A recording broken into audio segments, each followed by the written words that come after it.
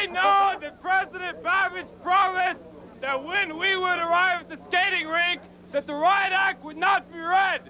It was read. I say we sit in non-violently, and if President Babbage wants to come and talk to us, let him come and talk to us in here. If you go in there, you're going to provoke violence. You're going to be putting everyone, every student on this campus in the same problem without justice behind you, and there's got to be something. We haven't. Stand back. Hi, we're ready to Alan, hi. Now it's perfectly clear that President Babbage will not let us demonstrate non-violently. And as far as I'm concerned, at this point, President Babbage is completely discredited. For example, Bob. Later that Tuesday, President Babbage and his aides try to measure the day's events. If a group of people assemble in this fashion, are they subject to an order to disperse? Generally, if this happened anywhere but a college campus, there just wouldn't be any discussion about it. See, this it seems to me is the really critically important point to get across to our colleagues, is that we have for centuries in institutions like this enjoyed a degree of immunity from civil procedure because the assumption was made by the public that we would somehow or other govern ourselves, maintain our own form of law and order. And this included lots of gatherings and demonstrations and so forth, that the minute you call in civil authorities to maintain order on the campus, you begin to live like people live in the rest of the world, and it's not the way we want to live on a college campus. That's what they're arguing is being infringed upon, but we're not arguing that we want them to stop their education. Now, but don't try to stop ours, which you're doing right now, by cutting off our lifelines, by cutting off classrooms, and stopping 13,000 other people from getting an education. It's just not right. This afternoon, the people are going to show that. I think they will. As most of you know, you have a lot of contact back home, and that's the main reason for this gathering. We want to inform a lot of the people in the state and around the nation that the University of Connecticut will not follow a small radical minority in the ruling of this campus. You're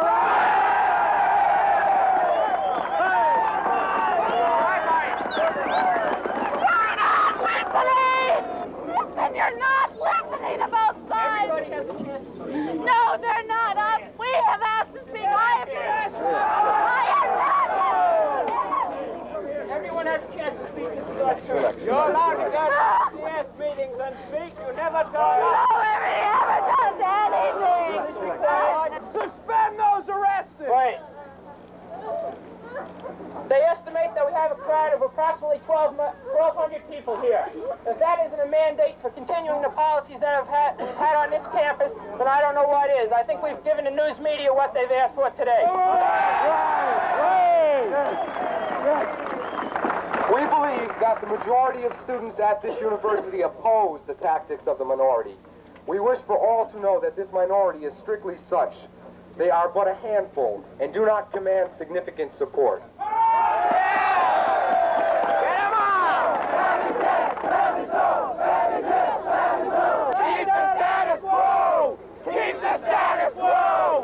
They put us up against the wall. They put Richie up against the wall. That we have no other alternative. There's nothing else we can do. If these professors want to hold out on grades, if you want to do this other stuff, this is fine. This doesn't do a thing for Richie. It doesn't do a thing for the movement. All we've got right now is for the strike. Because that's what it's going to come down to. What you've got to think about, you see, is whether when they throw Rich out and me out and Colfax out and Leggett out, whether they can throw us out without throwing you out. But I think there is an end to talking, ladies and gentlemen. I will end with this, that there were 67 people sitting there. I myself, I didn't sit there because I was afraid to lose my NDEA loan, because I have a wife and because I have kids. And this has been constant, this has been going for years. I tell you, this is the end. If it's tonight, I'm going there and they can grab me right away and I'll go very gladly.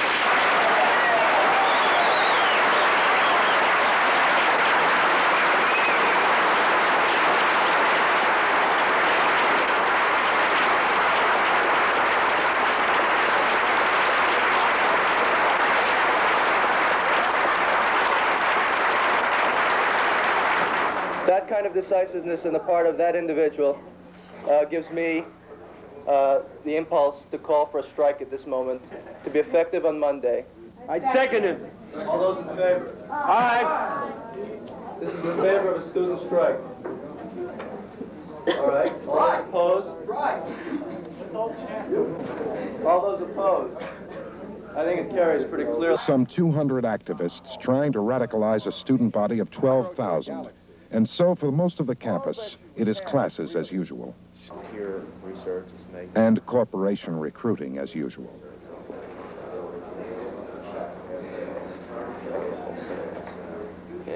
Well, you know, the Christmas holidays, as we talk right now, are only 6 days away. And to be perfectly candid with you, my hope is that we can keep the lid on until the Christmas holidays arrive. We have then 2 weeks of vacation. We have 1 more week of classes, examinations, another vacation between semesters, and hopefully in 6 weeks of a scheduled moratorium, a lot of people are going to collect their wits.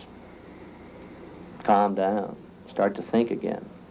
A little more logic, a little more argument, a little less rhetoric, a little less posturing.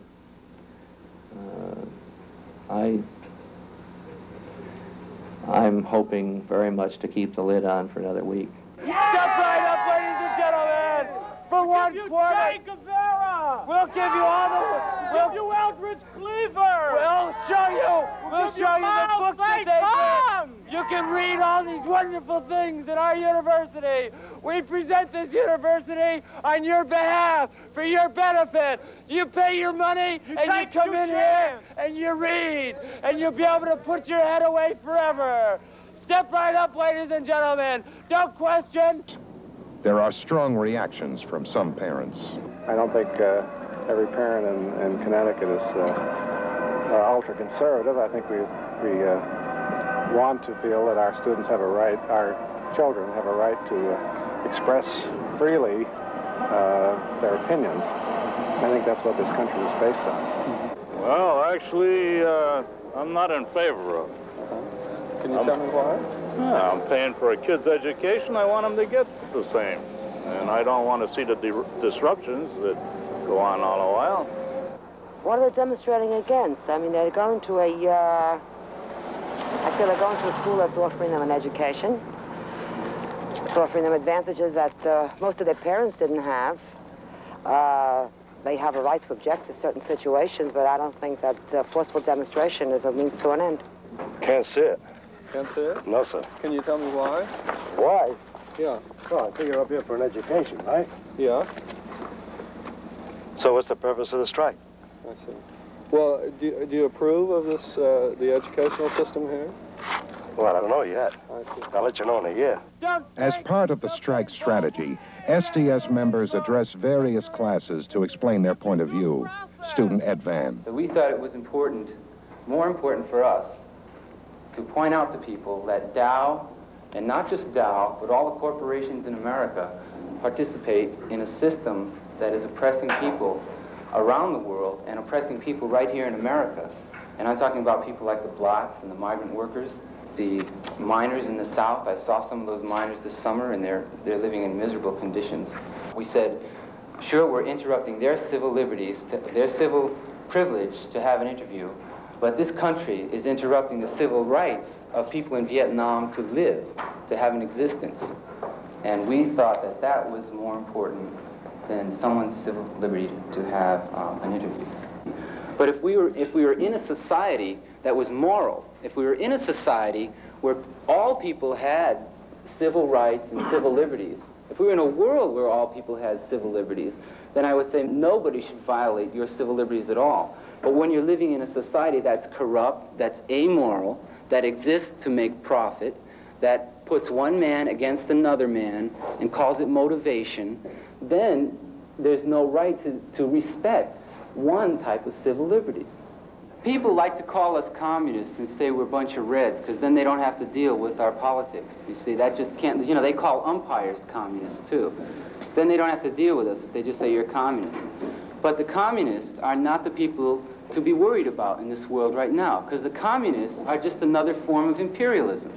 The communists are imperialists just like the United States are imperialists. There are varying degrees and varying types of communism. Communism in Vietnam may be totally different, and will be, I can assure you, totally different than communism in Russia, okay? So we're not for the communists taking over the world. But what I'm saying is that the United States and Russia are in this conflict, and they're screwing everybody in the world because of this conflict, just to help their own countries, to help themselves.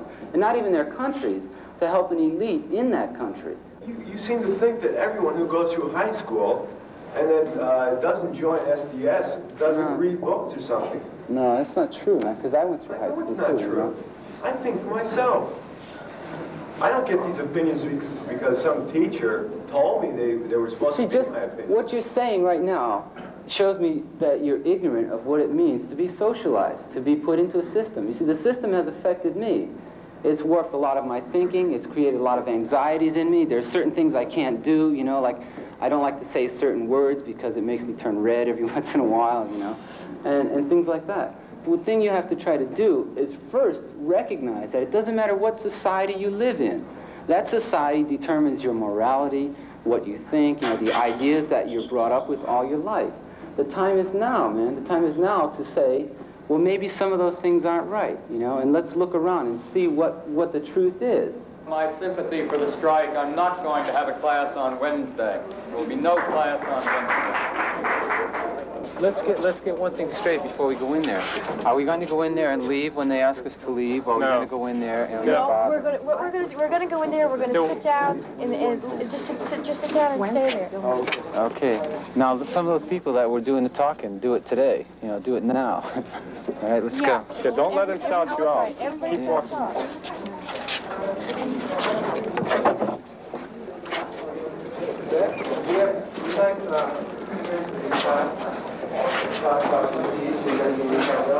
We're here to tell you about what's going on and to tell you some of you may not like SDS. The problem is that the university has decided that anyone who's going to use their right to freedom of speech is going to get bumped out of school, you see. The problem well, that's your interpretation of it. Just get out of here. Get out of here. We don't want you around here. Go and demonstrate out there. We don't have our democratic rights guaranteed. Why wasn't he getting kicked out? You're not giving us a choice. How can you call yourself a student? You know what a student is? I decide what courses I want to take. That's my right. Therefore, I decide also that we don't want you here, so just get out. About what's been going on and what's been happening to our people, because the news that's been coming out has been distorted. And it's Sir, let me point out to you that before coming to this class, I read 13 pages of what you put out. And I therefore feel myself quite well informed. I think most students have received this or similar information. Why don't you ask them how many you've read it? This isn't a time nor a place. All right. Yeah.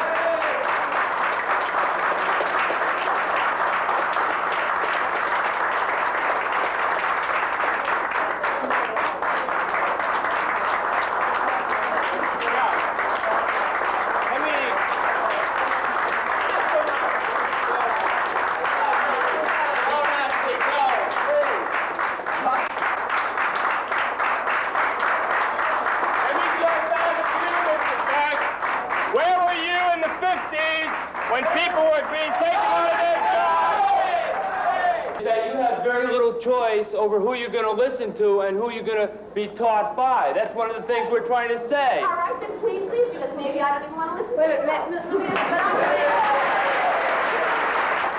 Not a question, but I'm a senior and I'm using the placement office, and I want to know why you think you have the right to interfere in my getting to a placement interview. I wouldn't allow a Ku Klux Klan meeting to go on in my house in Enfield from where I live. You know, I feel as long as you let it happen in your own home, then that's kind of a way of condoning it. The same thing if you allowed wiretapping. You know, it's just you're condoning the idea. And I feel, you know, sure, kids want to recruit, but if they want to, get off campus. You know, this is my home, just like it's your home, and I don't feel that you should infringe on certain of those happenings. Well, yes. Why should you have them off? That's for you. Why can't I have them on? That's for me. See, this is the whole compromise. That's the only answer. So I'm supposed to compromise. Well, no law is just if it affects a majority while a minority is still impaired. You can't infringe on some people's rights. They have to appeal to everyone. It makes it right if the majority is infringed upon for the minority's will. No, they wouldn't be infringed. I'm not stopping their recruiting. A half a mile off campus isn't that much. It's just that I want recruiting out of my house. Well, I live here too. I want it in my house.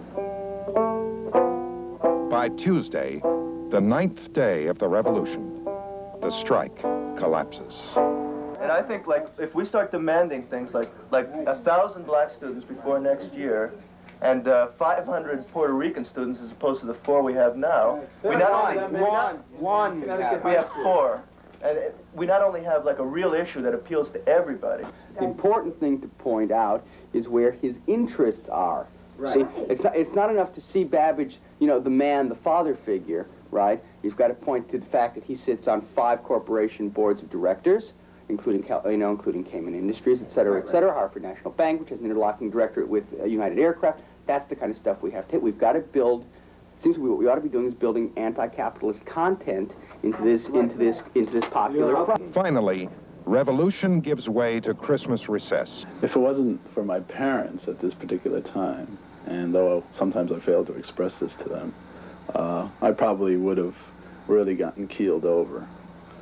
Not only just in the material sense, but just in terms of support, because I know a lot of kids right now are so-called, as the psychiatrist would say, alienated from their parents, you know, mad with their parents. A lot of the kids up here have had a lot of hassles with their parents, you know, cut off funds, we don't want to see you, don't do that again. But I've gotten great support. In fact, I went to Babbage and spoke to him in my behalf. My father's dead. My mother kind of just wants me to make it, should we say, and she realizes I'm not going to make it this way. She realizes things are wrong, but she's like first generation. She feels that America's, you know, with even its faults, is still like the best place on earth, and that whole bag. So she's, you know, worried about a lot of things too. She's worried I'm not going to get through with school, which you know, is her dream, that, you know, all her boys go to college and become doctors, I guess. Part of being a man, you know, in 1969, I think, in America is to be able to take some risks. And I don't feel the risk is, you know, is so great when measured against the kinds of crime being committed by this country, the kinds of exploitation of people all over the world. You know, you measure it against, say, the abscesses in the face of a napalm child. The deeper you get in, the more you realize that the system is not going to bend. It's not flexible. It will only, you know, bend to a certain point, and then it comes down hard. And so I think you're not going to accomplish it through the ballot box. And you're not going to accomplish it through changing people's minds for the even very simple reason you don't have access to their minds. Through the media, through just talking to them. They're not interested. So I guess you know, sad to say, you pick up a gun and start changing it. You know, I hate to think that democracy is a failure. I can't bring myself to believe it. I think we just have to work a hell of a lot harder at it than we've been inclined to in the past. I think we've taken it for granted that we had such a stable, such a sensible form of government that nobody in his right mind was going to set out to destroy it. But when we came in September, the kids on this campus thought that Homer Babbage was, you know, kind of, he was there and was in power because of his human relations techniques, of course. And then they bring on 200 state police, you know, onto the campus. And it turns out that what he's propped up by is power. I must compromise at times. I must take into account a wide range of opinions in trying to represent the best interests of the institution. That to impose upon the institution my own personal convictions would be dishonest. Well, worse than that, it would be, I shouldn't have said dishonest. Imposing my own personal views on this institution and its policies would be an act of arrogance